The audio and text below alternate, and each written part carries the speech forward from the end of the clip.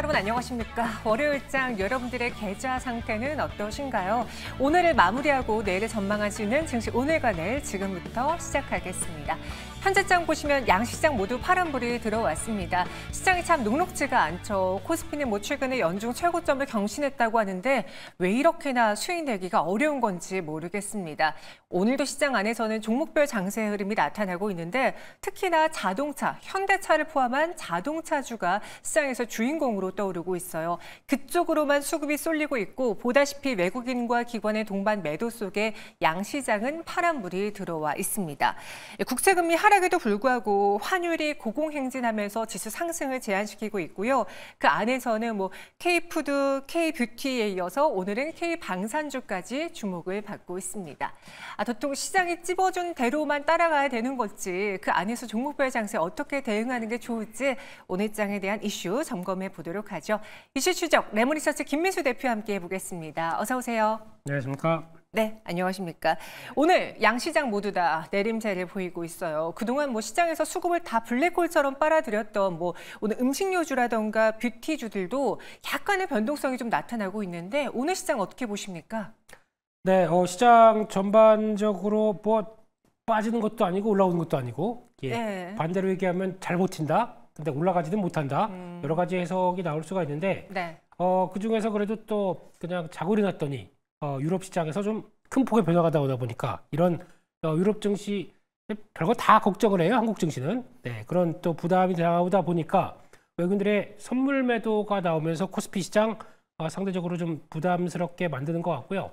그래서 좀 갭이 발생돼 있죠. 이 부분을 얼만큼 잘 지켜낼 수 있느냐. 이게 오늘의 관건이라고 봐야 될 것 같고 그렇다고 또 크게 또 밀리지도 않아요. 네, 그런 쪽에서 종목 장세가 나오는 것 같고요. 코스닥은 지난주가 좀 많이 밀렸습니다.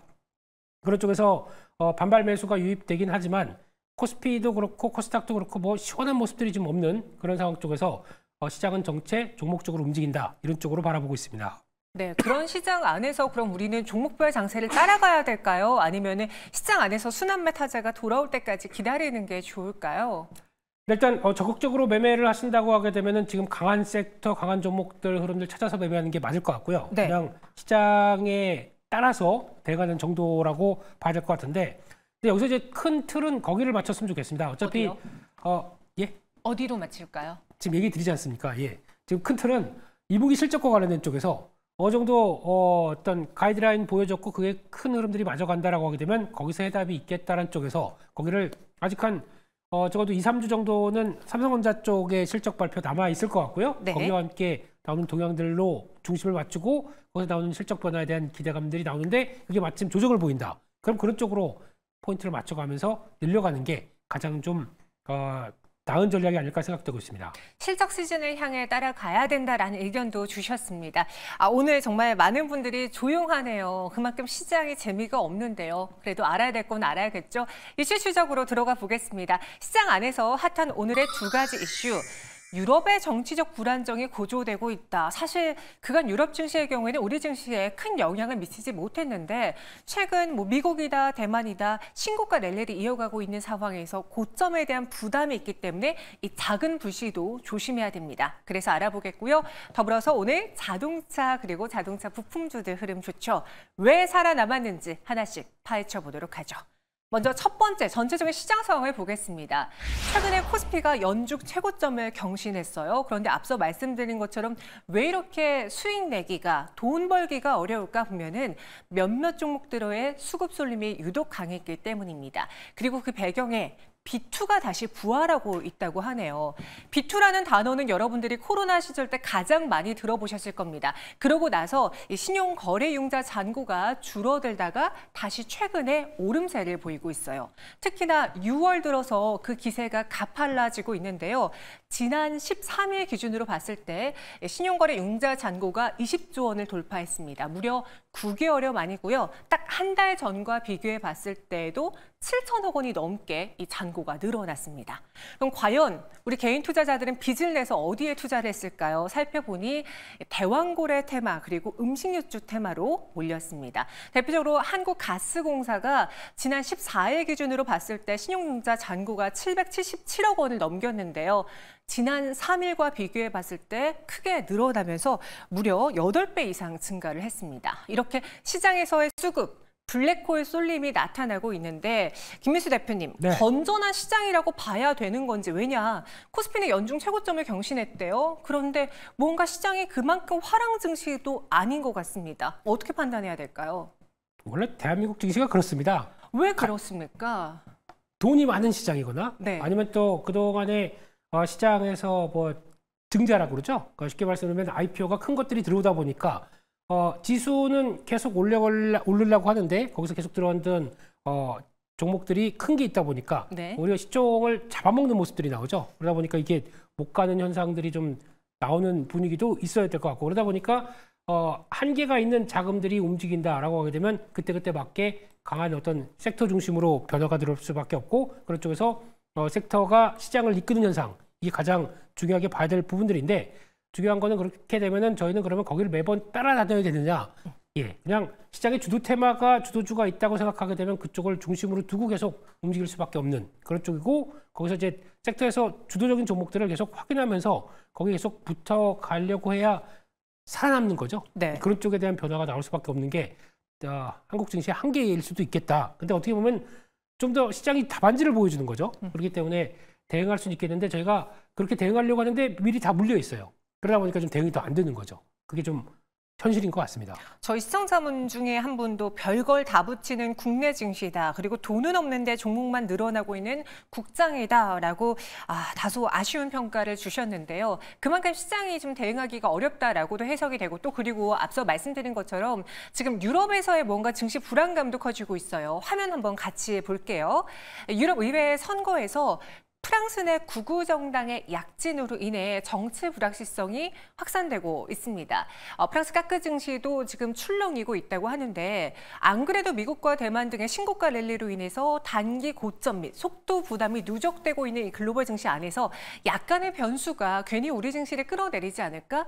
또 그 배경에 최근에 빚내서 투자하는 분들이 계시는데, 여기로 인한 손실이 커진다면은 연중 최고점 랠리가 순식간에 무너질 수도 있지 않을까라는 걱정이 있는 거거든요. 김민수 대표님, 현재 구간에서 그 걱정을 하는 거는 시기상조입니까? 기후입니까? 아니면은 충분히 우리가 조심해야 되는 타이밍입니까? 네, 조심은 해야 된다고 생각합니다. 워낙 잔고가 빠르게 올라오다 보니까 저희가 보통 얘기하는 게 신용 잔고 비율이라고 하는데, 예탁 자산 대비해서 신용 잔고가 얼만큼 돼 있느냐라고 봤었을 때 약 한 54조, 55조 예탁 자산 대비해서 빠르게 올라온 20조 정도의 어떤 신용 잔고라고 하게 되면 생각보다 그렇게 만만하지는 않다는 쪽이고, 이제 거의 40%대 육박하는 거죠. 네. 이거는 그렇게 썩 좋은 징조가 아니다라고 봐야 될 것 같고, 게다가 그런 쪽에서 지난주 금요일까지 나온 부분 보게 되면 한때는 코스닥은 잠잠한데 코스피가 강하게 움직였었습니다. 근데 최근 들어서 나오는 흐름들은 코스피, 코스닥 다 늘어나고 있더라고요. 그렇게 되면은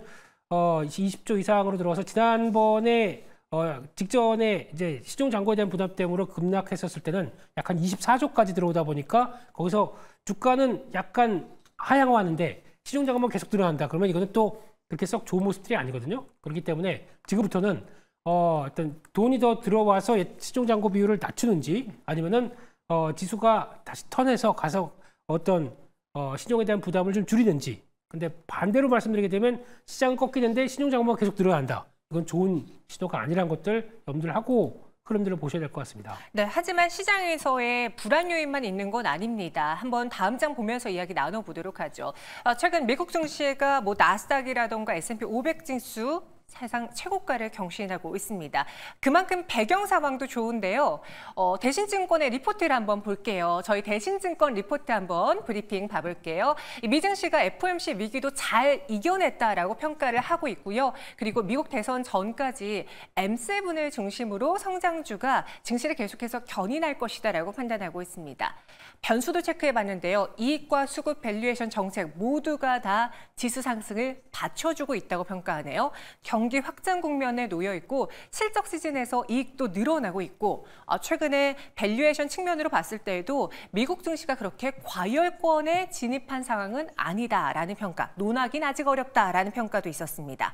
더불어 미국의 대선 레이스가 본격화된다면은 각 정당에서 정책 모멘텀을 과시하겠죠. 그러면 증시가 오를 수 있고요. 여기 더불어서 올해 두 번째 금리 인하, 여전히 시장에서는 FOMC 회의에서 세 차례에서 한 차례로 금리 인하 횟수가 줄어들 것이다라고 예고했지만 아직까지도 두 번의 금리 인하를 기대하고 있기 때문에 시장 상승은 충분히 여력이 있다라고 판단하고 있습니다. 김민수 대표님, 네. 다가오는 6월에 체크해야 될 것들이 많아요. 그럼 우리 투자자분들 지금 빚내서 대왕고래 테마라던가 음식료 테마로 쏠린다라고 하는데 정말 수익을 내기 위해서 어떤 전략을 제시하면 좋을지 그 점에 대해서 앞으로의 전망 제시해 주시죠. 네, 방금 말씀하셨던 건 다 미국 얘기네요. 네. 네, 미국이 간다고 한국이 갑니까? 그래도 훈풍이 불어오를 수는 있죠. 네, 훈풍은 거기까지만 가고요. 한국까지 잘 안 올 수도 있고요. 네. 게다가 또 미국 쪽에서도 지금 흐름 보면은 fear and greed라고 그러죠. 네. 이거 지금 그 중립도 아니고 fear로 가 있습니다. 그렇게 시장 잘 가는데 왜 질적인 측면 쪽에서는 이게 오히려 fear로 가 있을까요? 이걸 봤었을 때는 미국도 가는 것만 갑니다.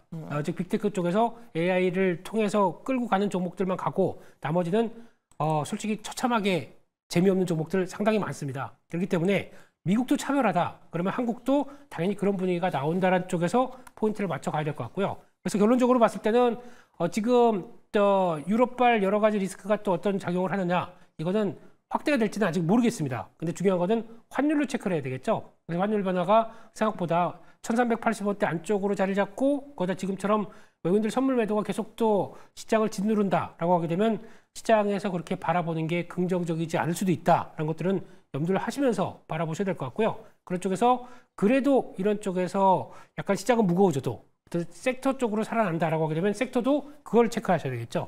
2분기 실적 괜찮은 쪽들. 그러면 지금부터 말씀하셨던 화장품이나 음식료도 지금 단기적으로 올랐습니다. 근데 시장의 영향 때문에 좀 무너진다라고 하게 되면 조정권에서 차라리 그런 종목들을 들어가는 게 어떻겠느냐라는 쪽에서 키포인트는 실적을 두고 2분기 발표될 실적을 두고 그 앞에 먼저 조정 나오는 쪽, 이거는 주도주가 조정 나온다 이런 쪽을 좀 이용하는 게 좋겠다 이렇게 바라보고 있습니다. 그럼 앞서 실적을 보자라면서 꼽아주셨던 전력이라던가 화장품, 음식료 쪽을 조정 기회를 노리고 있는 게 현재에서 할 수 있는 유일한 방법입니까? 눈여겨봐야 될 테마를 조금만 더 압축해 주신다면요. 네, 일단 반도체는 뺄 수가 없겠죠. 네. 근데 반도체가 확산이 예전처럼 막 된 게 아니고요. 반도체 쪽에서도 안에서 어떤 SK 하이닉스가 좀 더 실적에 대한 기대감이 높다 보니까 그걸 필두로 했던 나왔던 HBM에 관련된 종목들 이런 쪽과 함께 또 화장품 쪽도 마찬가지로 실적 2분기도 이번에 수출 영향 보면 잘 나오겠죠. 거기다 환율 효과까지 가세된다 그러면 좀 더 좋을 쪽들,